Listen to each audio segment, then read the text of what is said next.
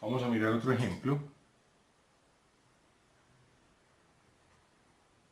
Entonces miremos la función f de x igual a coseno al cuadrado de x, por ejemplo menos 2 seno x, donde la x va a variar en un intervalo fundamental entre 0 y 2pi. Muy bien, entonces vamos a analizar esta función entre 0 y 2pi. Entonces volvemos a hacer exactamente lo mismo, vamos a derivar e igualar a 0 para hallar los puntos críticos. Entonces el primer paso sería, vamos a computar la derivada y la igualamos a 0. Muy bien. Entonces, derivar el coseno cuadrado, f'. ¿Cómo se deriva el coseno cuadrado? Pues recuerden, usamos la regla de la cadena, sería 2 veces el coseno de x por la derivada de coseno, que es menos seno de x. ¿Se acuerdan por qué? Porque cuando uno va a derivar u al cuadrado, u es coseno, la derivada de u al cuadrado es 2u por u'. 2u por u', u es coseno, la derivada sería menos seno. Menos 2 veces la derivada del seno, que es el coseno. Muy bien, entonces, ¿qué nos da aquí? Nos da que esto es igual a 2 coseno x por menos seno de x menos 1. He sacado factor común, ¿cierto? 2 coseno, simplemente saqué factor común 2 coseno de x. Lo saqué aquí y me queda 2 coseno de x por menos seno de x menos 1. ¿Cierto? Miren que al multiplicar no vuelve a recuperar pues este término. ¿De acuerdo? Muy bien, entonces esto lo igualamos a 0. Resumiendo, tenemos la función f de x, es la función coseno cuadrado de x, menos 2 veces seno de x, y la x está variando, nos dicen, entre 0 y 2pi. Muy bien, entonces ya habíamos computado la derivada, la habíamos factorizado, y nos había dado que esto era menos 2 coseno de x, que multiplica a 1 más seno de x. Muy bien, entonces igualamos a 0. Cuando el coseno es 0, el coseno va a ser 0 entre 0 y 2pi, en x igual a pi medios. Entonces, bueno, tener, digamos, como puntos de referencia las gráficas de seno y coseno. Las podemos ver aquí a la izquierda, ¿cierto? Podemos ver aquí a la izquierda las grafiquitas de seno y coseno. Entonces vemos que, ¿cierto? Vemos que el seno de x va a ser solamente, perdón, el coseno de x va a ser 0, el coseno está pintado aquí en rojo, va a ser en el punto pi medios y en el punto 3 pi medios. De otro lado, cuando 1 más seno sea 0, 1 más seno es 0 cuando seno es menos 1. Entonces miremos la curvita café del seno es menos 1 precisamente en el punto 3 pi medios. Entonces estos son los dos puntos críticos, estos son los puntos críticos de la función.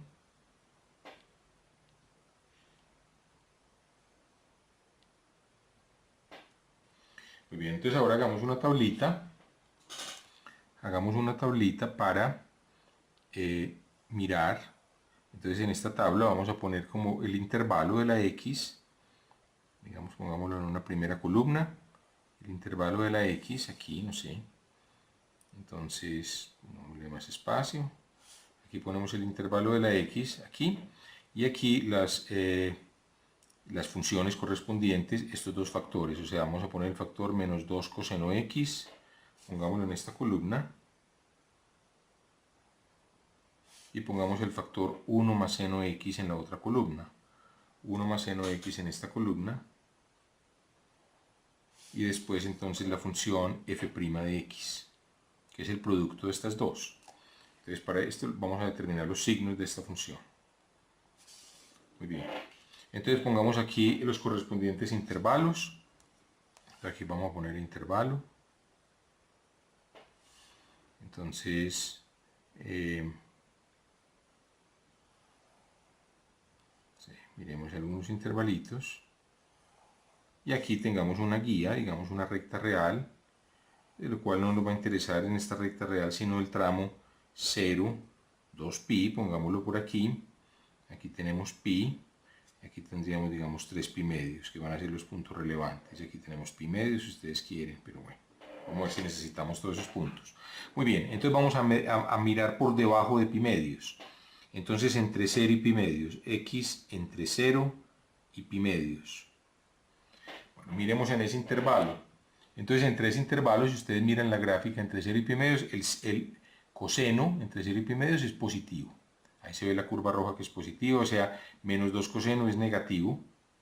Ahora, de otro lado, 1 más seno x entre 0 y pi medios, 1 más seno x pues va a ser positivo, ¿cierto? Porque el seno es positivo, sumándole 1 pues queda más positivo. Subir la curva una unidad hacia arriba queda positivo, luego esta derivada queda negativa.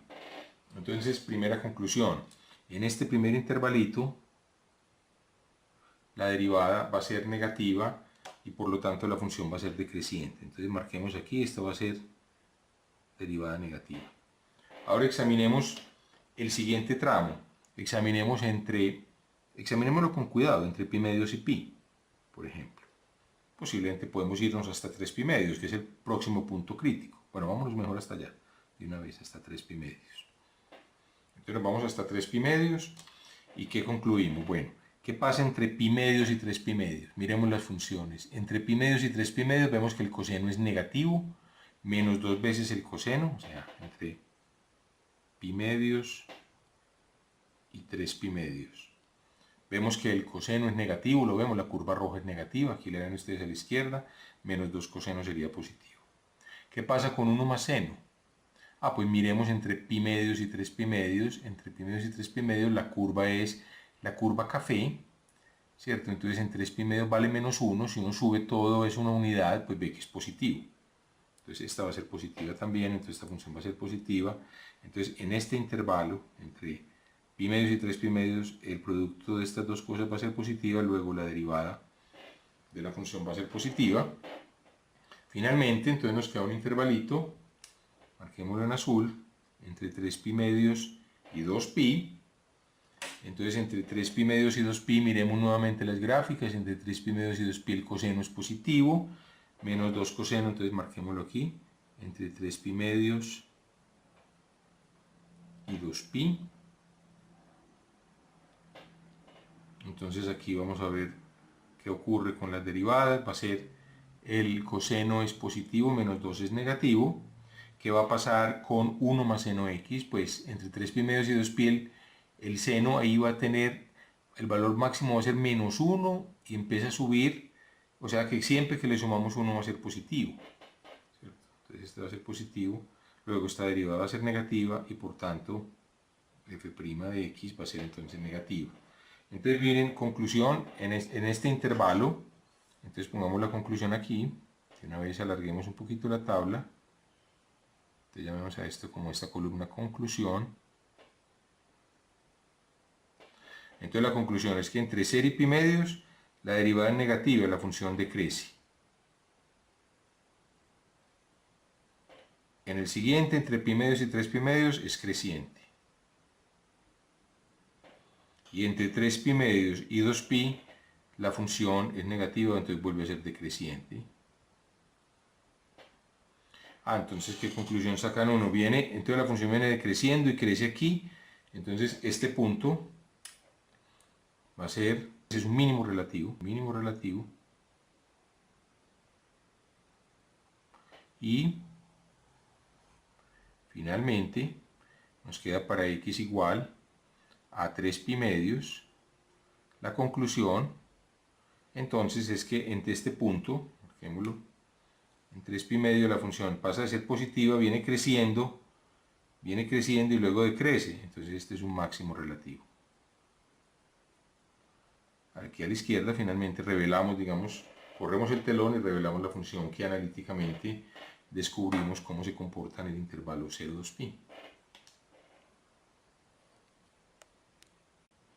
Muy bien, vamos a hacer otro ejemplo.